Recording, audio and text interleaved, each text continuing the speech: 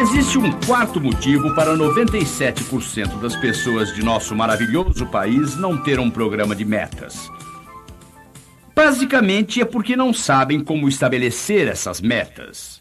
Eu sei o quanto é valioso quando alguém lhes diz para escrever o que vocês querem realizar. Mas se vocês querem estabelecer um programa de metas, terão que se envolver um pouco mais. Uma de suas metas deve ser escrever um livro. Não quero necessariamente dizer que vocês devem publicar um livro, mas acho que vocês devem pensar em escrever e o título dele deve ser O que realmente quero realizar em minha vida. Ou então o título poderia ser O que acho que você deve fazer para obter o máximo da vida. Quando comecei a escrever o livro Eu Chego Lá, eu me lembro de como iniciei.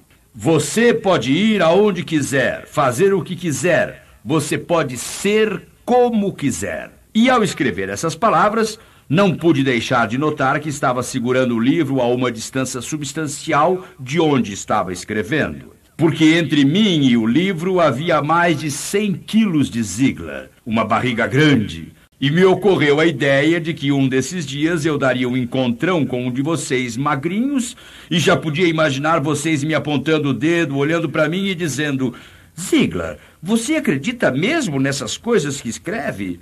E eu responderia: sim. Então posso imaginar um de vocês dizendo: acredita mesmo em tudo? E eu diria: é lógico que acredito em tudo. E então eu posso imaginar vocês apontando o dedo para minha barriga e dizendo: Ziegler, você realmente acredita em tudo isso? Então eu teria que dizer: bem, nós autores precisamos esquecer um pouco do sentido literal das coisas de vez em quando. E eu posso imaginar vocês dizendo: em outras palavras, Ziegler, você mentiu. Espere, ei, amigo, não me chame de mentiroso.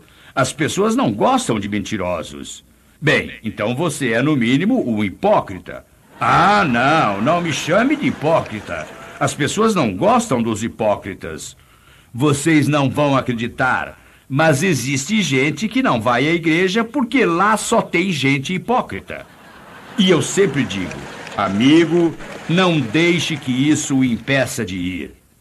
Vá, sempre tem um lugar para mais um. Então, eu sempre lembro a todos que se um hipócrita está entre você e Deus, isso só quer dizer que o hipócrita está um pouco mais perto de Deus que você. Acho engraçado as pessoas que dizem: bem, o motivo para eu não ler a Bíblia é que não a entendo. Não acho que o que não entendem é o problema. A Bíblia é bem clara. Como podem ver, Deus não chamou os mandamentos de 10 sugestões. Bem, de qualquer maneira, eu sabia que se quisesse que esse livro fosse aceito por todos, eu teria que mudar um pouco. Mas o que realmente começou tudo foi o fato da ruiva me dizer toda hora para encolher a barriga quando eu já estava encolhendo. Então fui à clínica Cooper para fazer um exame médico. O Dr. Ken Cooper, o homem que fez todo mundo correr, tinha vendido entre 15 e 20 milhões de livros. Quando cheguei lá, tiraram um monte de sangue. Pelo menos me pareceu um monte. Eles encheram tantos frascos que eu achei que iriam abrir um banco de sangue ali, na hora. Depois me colocaram num tanque de água 3 vezes para determinar a porcentagem de gordura e quando terminaram disseram que eu tinha 23,9% de banha pura. Aí me colocaram num aparelho de exercícios para determinar minha condição física geral. Enquanto eu andava, logo percebi que podia passar de horrível para pavoroso em apenas alguns segundos. Quando tudo terminou, o Dr. Martin, que estava fazendo os exames, me chamou e com um grande sorriso me disse: Sr. Ziegler, o senhor vai ficar satisfeito de saber que terminamos os exames. Nós passamos os resultados do computador e o senhor ficará contente em saber que não é obeso. Isso é ótimo, respondi. Infelizmente, o senhor é um pouco baixo demais. Aí eu disse: e aí, doutor, o que eu posso fazer? Quando ele terminou de dizer tudo o que eu poderia fazer, descobri muito mais do que realmente desejava saber sobre o assunto. Ele me disse: mas, Sr. Ziegler, não se preocupe. O senhor está em excelentes condições para um homem de 66 anos. Eu respondi: doutor, eu tenho 46 anos de idade. Então ele disse: suas condições estão péssimas. Na verdade, se fosse um prédio, eu diria que está condenado.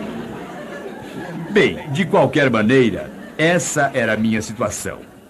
Quando cheguei em casa, a ruiva disse: bem, imagino que ele não mandou você correr. Eu disse: sim, mandou. Ela disse: bem, já fui até a loja de esportes e comprei umas bonitas camisas e shorts de corrida, e o médico já tinha me avisado sobre o tipo de tênis que você precisa, então eu já os comprei.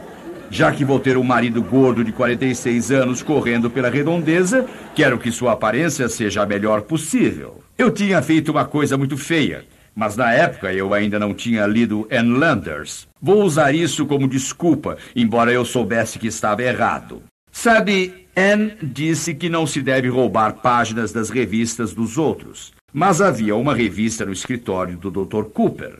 Era uma revista velha e tinha uma propaganda de cuecas Jockey. Não sei se vocês já leram essa propaganda, mas se não, devem pelo menos olhar as fotos. Vocês descobrirão imediatamente que eles não colocam cuecas Jockey em rapazes gordos. Pelo menos eles não têm nenhum pneu na cintura. Pendurei essa foto no meu banheiro e disse: esse é o meu herói.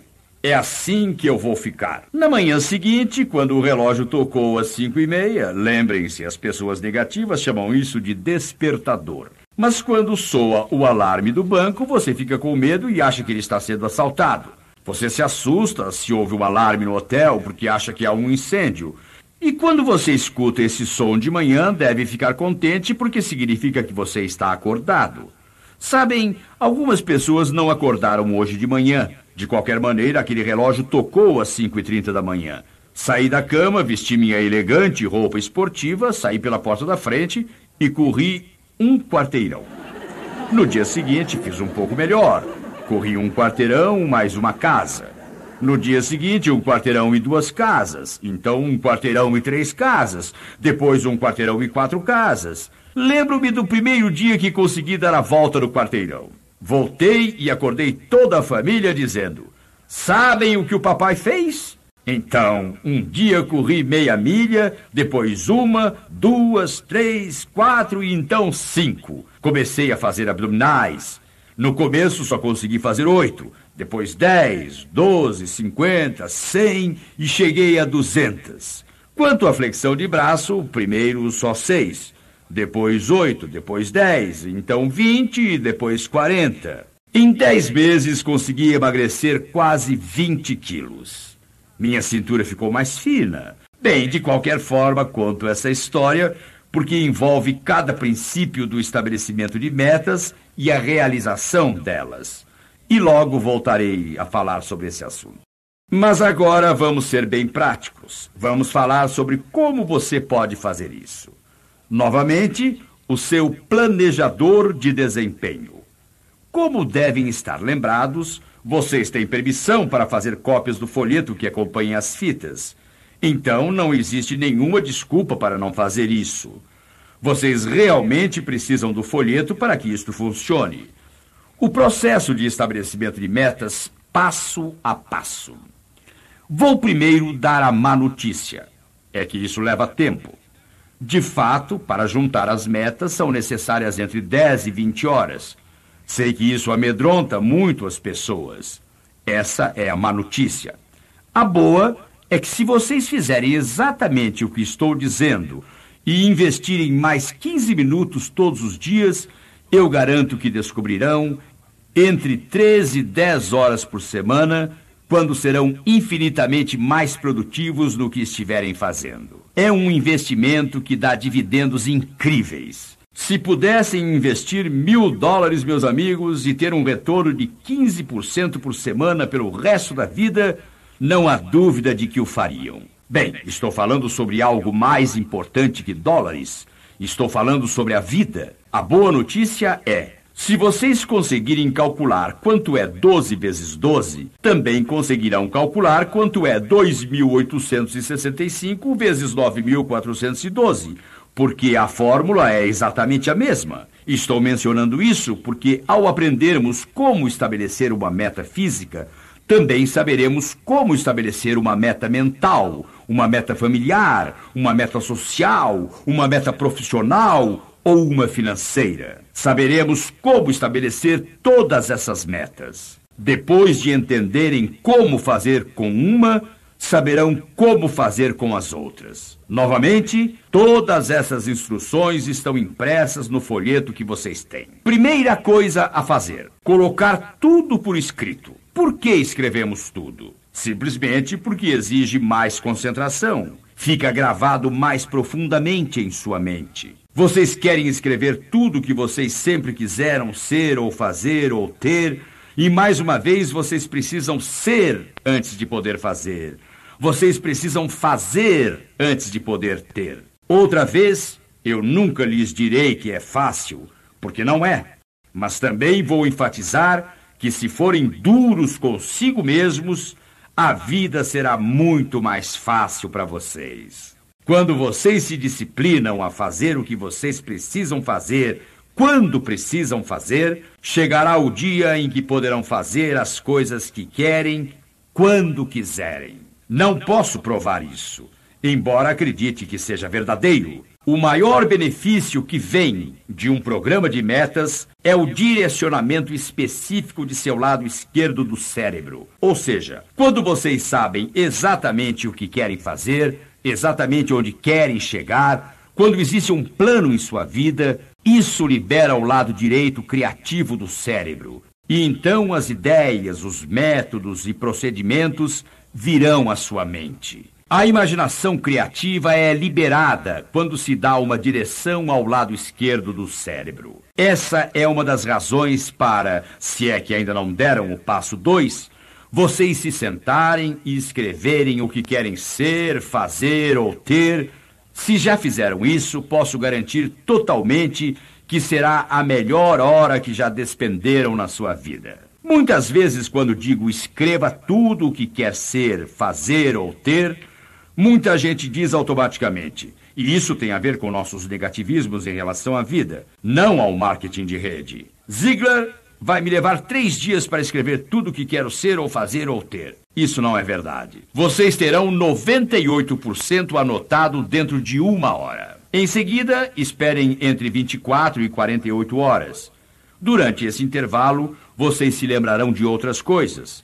Mantenham consigo seu planejador de desempenho para poder anotar tudo. Além disso, você deve criar uma folha que chama Folha das Ideias Loucas.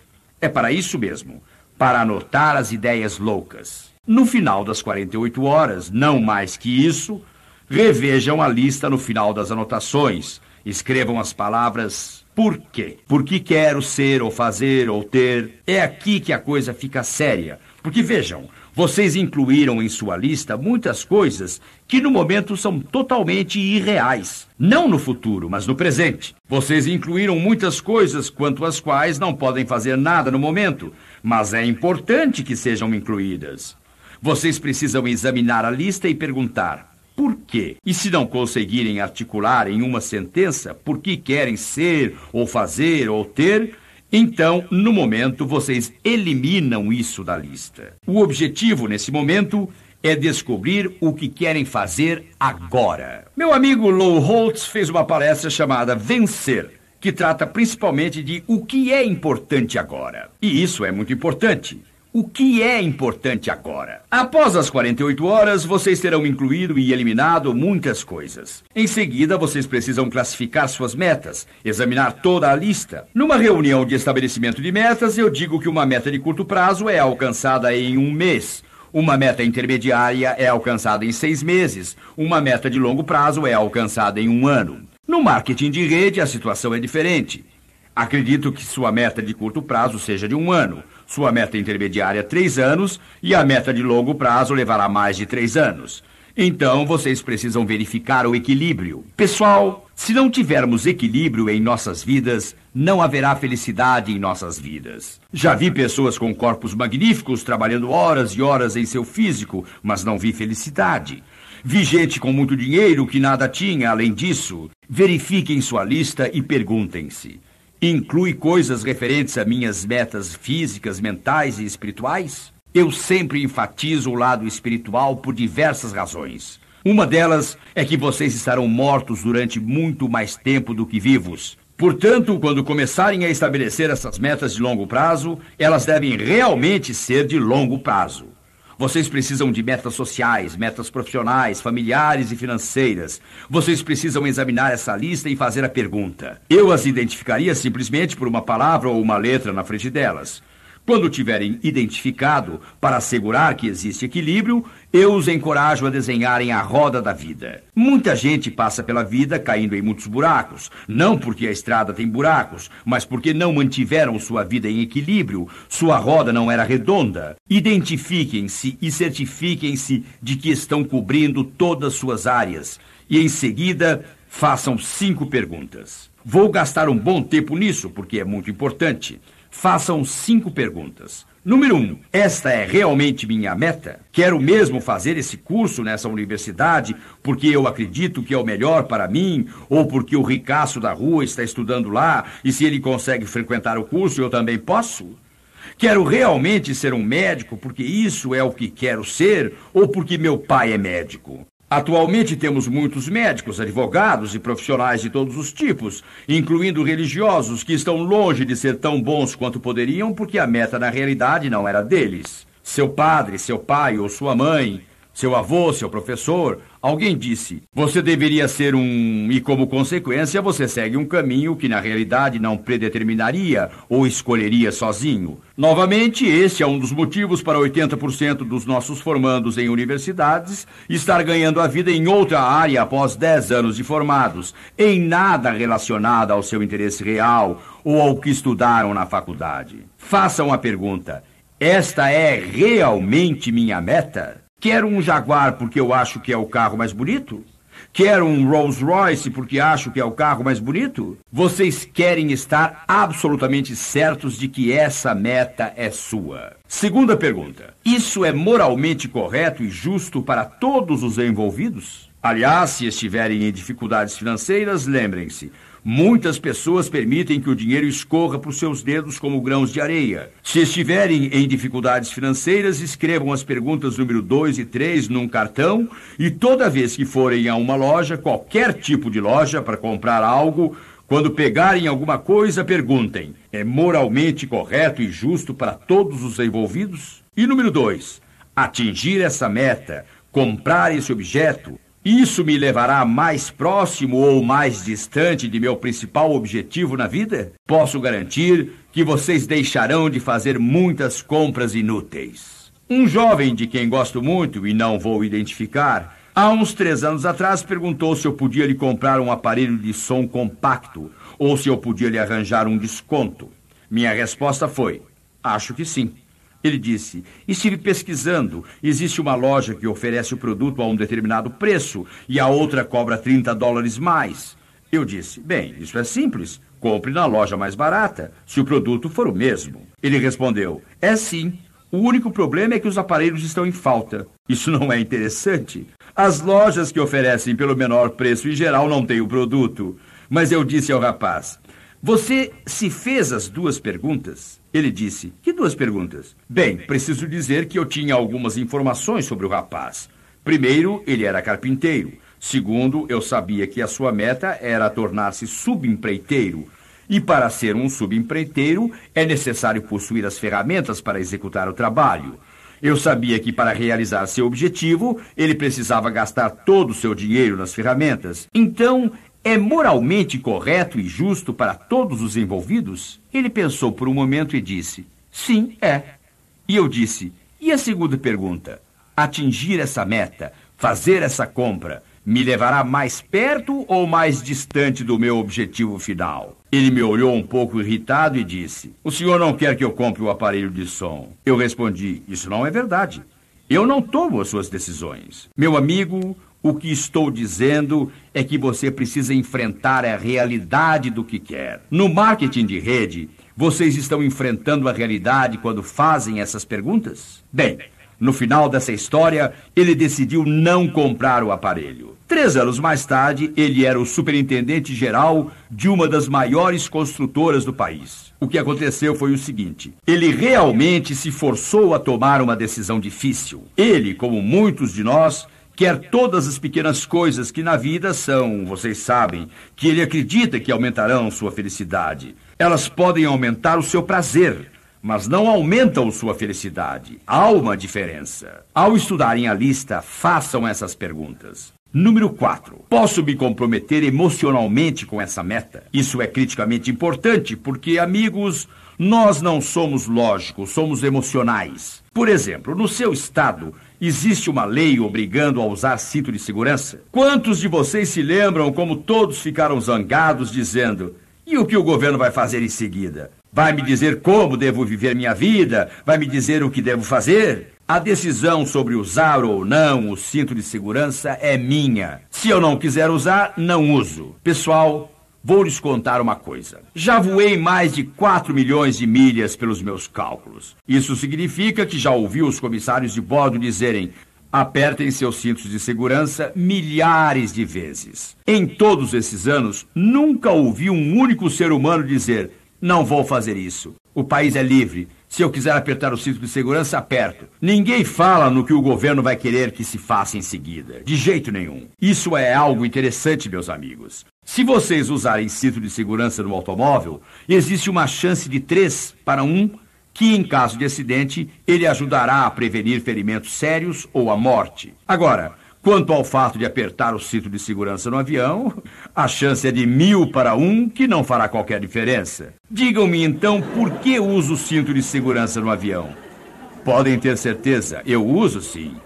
Não só coloco o cinto de segurança, como uso durante todo o voo. Eu realmente faço isso.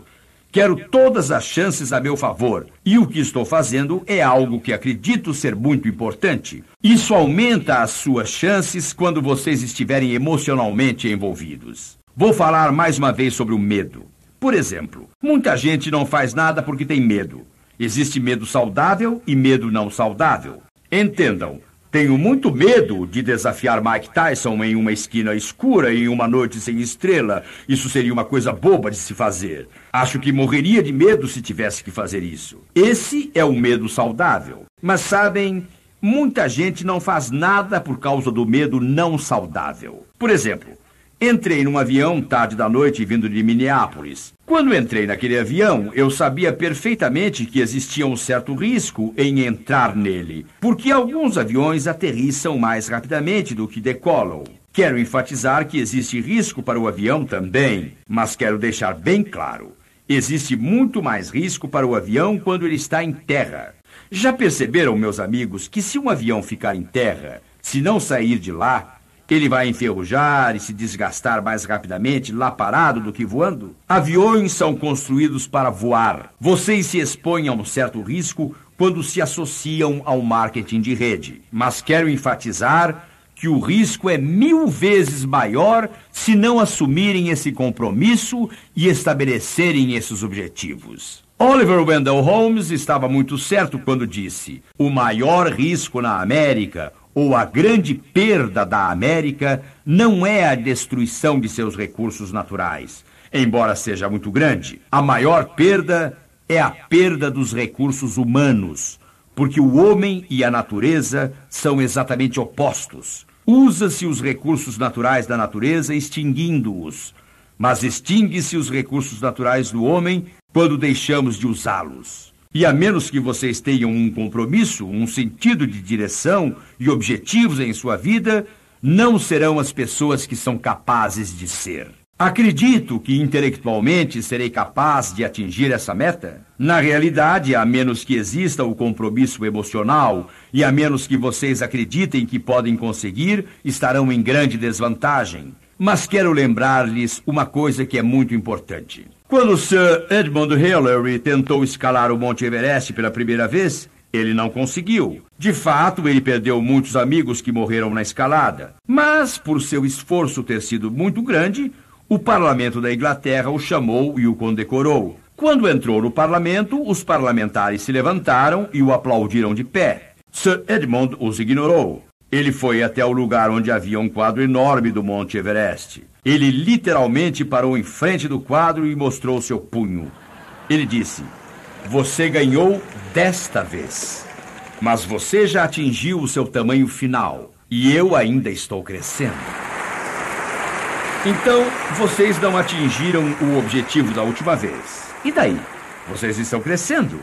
Há tanto que aprender. Existe o segundo esforço. Nós ouvimos isso toda vez que assistimos a uma partida de futebol americano, quando dizem que a linha parou o jogador. Mas com aquele segundo esforço, o jogador conseguiu fazer o gol. Nós aprendemos coisas.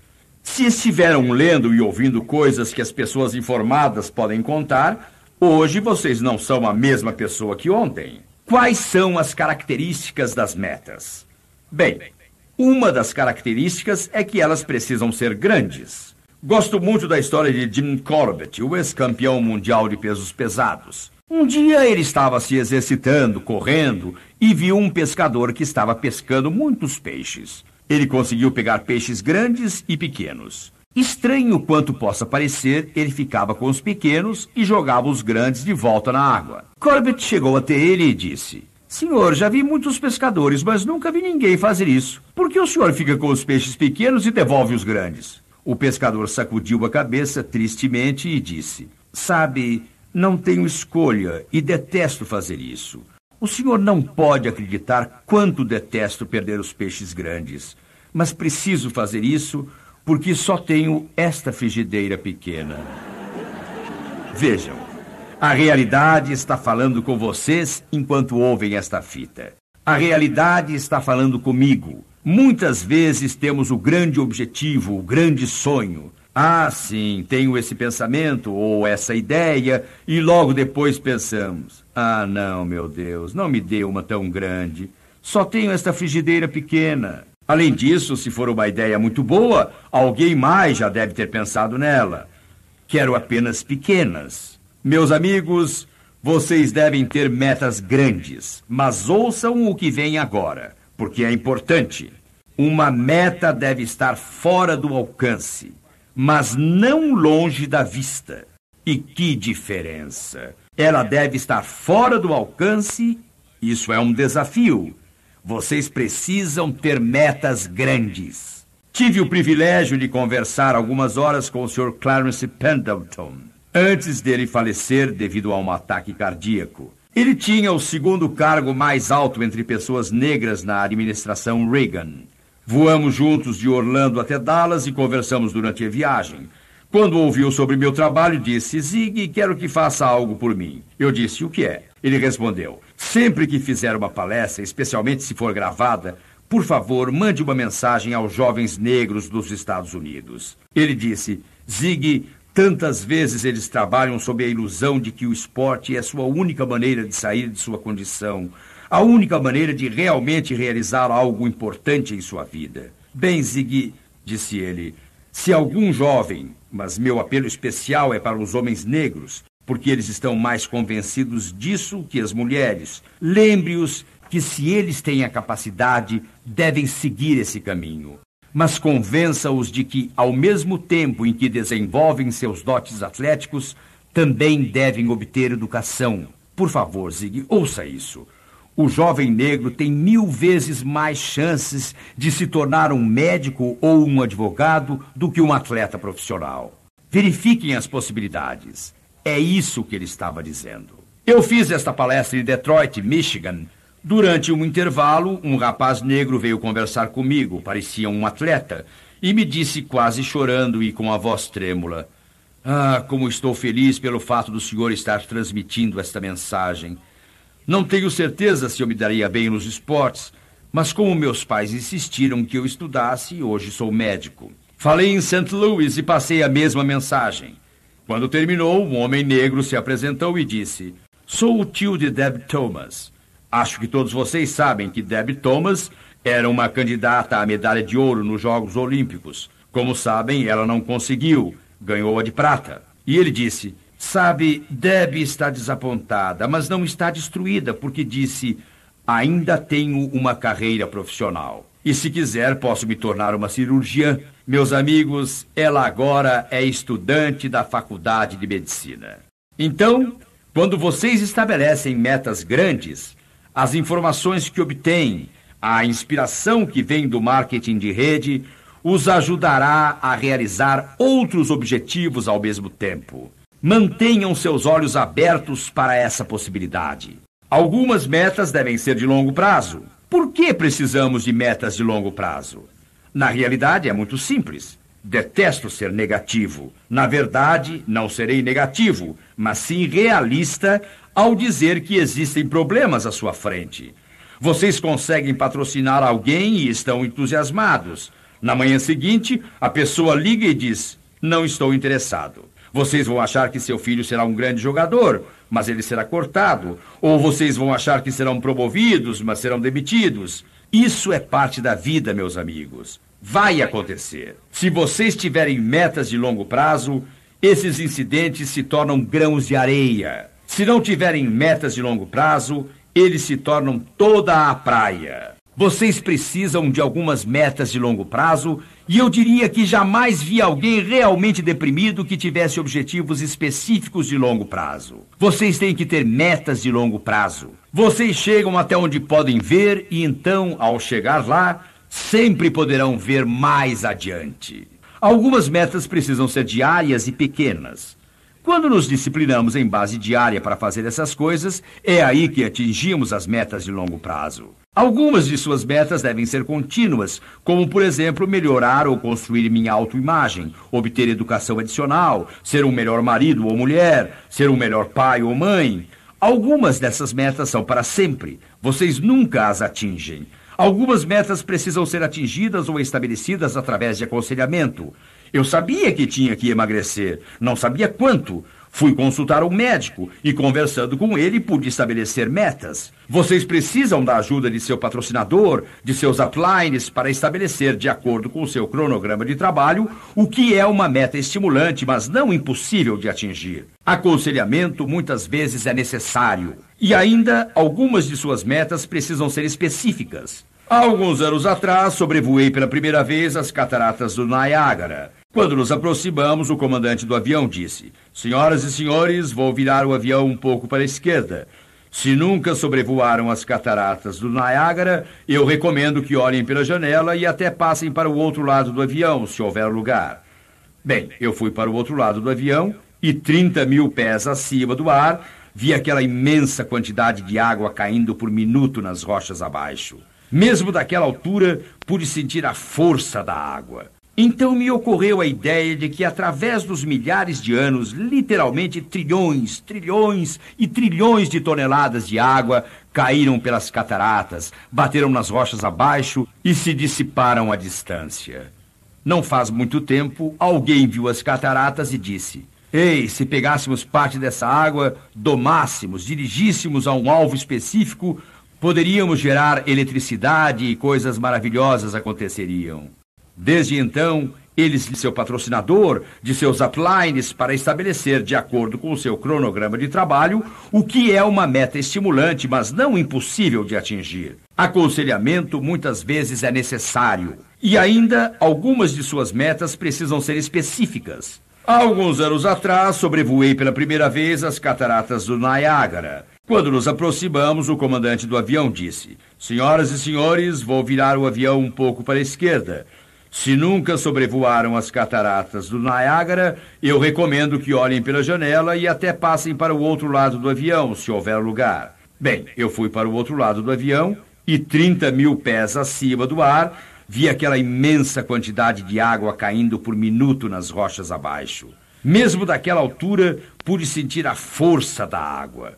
Então me ocorreu a ideia de que, através dos milhares de anos, literalmente trilhões, trilhões e trilhões de toneladas de água caíram pelas cataratas, bateram nas rochas abaixo e se dissiparam à distância. Não faz muito tempo, alguém viu as cataratas e disse: Ei, se pegássemos parte dessa água, domássemos, dirigíssemos a um alvo específico, poderíamos gerar eletricidade e coisas maravilhosas aconteceriam. Desde então, eles literalmente produziram dezenas de trilhões de dólares, iluminaram residências, escolas e fábricas, educaram crianças, fizeram enormes pesquisas e tudo foi possível porque domaram a força. Quero dizer com a maior ênfase possível, vocês têm que ter essas metas, mas precisam domá-las. Vocês têm que se comprometer com as metas. Vocês têm que se focalizar e mirar o alvo. Precisamos selecionar 4 metas para a nossa atividade diária. Por que seleciono 4 metas? Simplesmente porque são as metas em que posso trabalhar durante a atividade diária. Será que só tenho 4 metas? É lógico que não. Tenho muito mais do que 4 e vocês também terão. Mas eu trabalho nessas 4 todos os dias, sem falhar. Em seguida, vocês devem marcar as outras metas no seu planejador de desempenho para referência semanal. Em outras palavras, revejam sempre essas metas. Por exemplo, no momento estou escrevendo 3 livros. Vocês poderão dizer, escrevendo 3 livros ao mesmo tempo, Ziglar? Sim, vou contar como escrevo um livro. 5 anos atrás, antes de começar a escrever, começo coletando materiais. Sei em que assunto estou escrevendo e tenho os arquivos. Quando começo a escrever um livro, tenho centenas e centenas de informações sobre o assunto. Posso não despender mais que 1 minuto por semana nesses livros, mas estou consciente do assunto. Eu recorto, arquivo e é sobre isso que estou falando.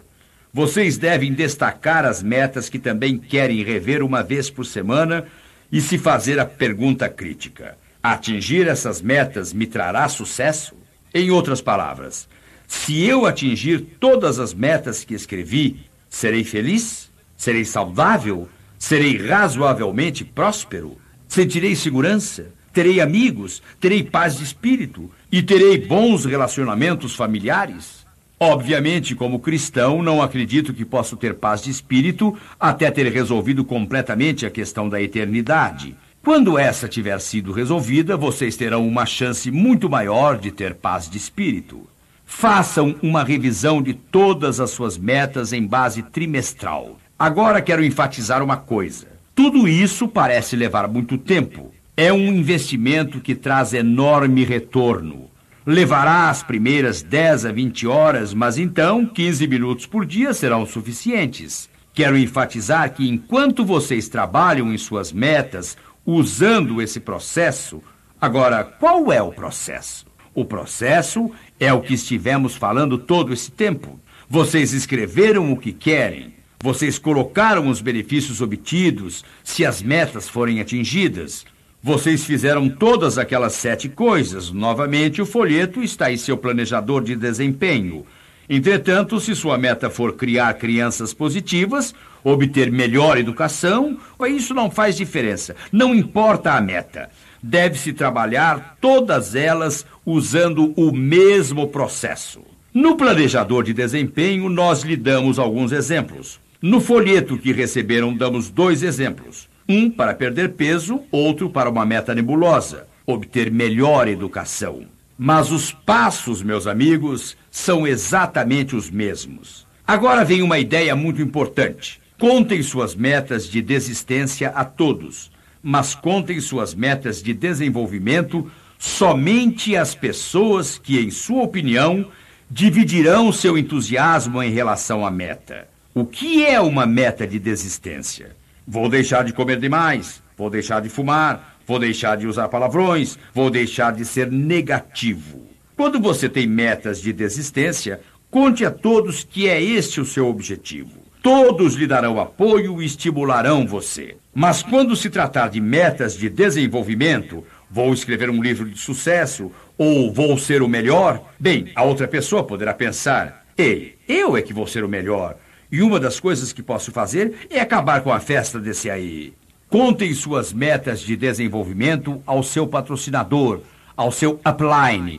Não as dividam com qualquer pessoa que encontram, porque os outros podem não estar tão emocionados, tão entusiasmados quanto vocês. Esse processo específico precisará ser revisado. É por esse motivo que digo que precisam dos folhetos que receberam. Eles se transformam em disciplinadores. E isso é muito importante, porque a disciplina, amigos, é a chave de tudo o que falamos. Esta é a parte prática. E, no entanto, ela é muito importante porque vocês precisam fazer o inventário, precisam saber onde se encontram. E é por esse motivo que o aconselhamento é muitas vezes importante. Quando vocês examinam suas metas com cuidado, o inventário na determinação de onde se encontram é importante. Vocês precisam saber onde se encontram para poder chegar aonde querem. E eu lhes prometo, na próxima apresentação, vocês ficarão muito entusiasmados quanto a atingir suas metas,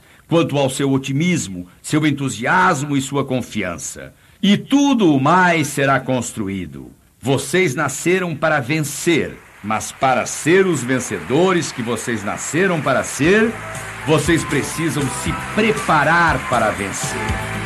E assim, somente então, podem esperar vencer.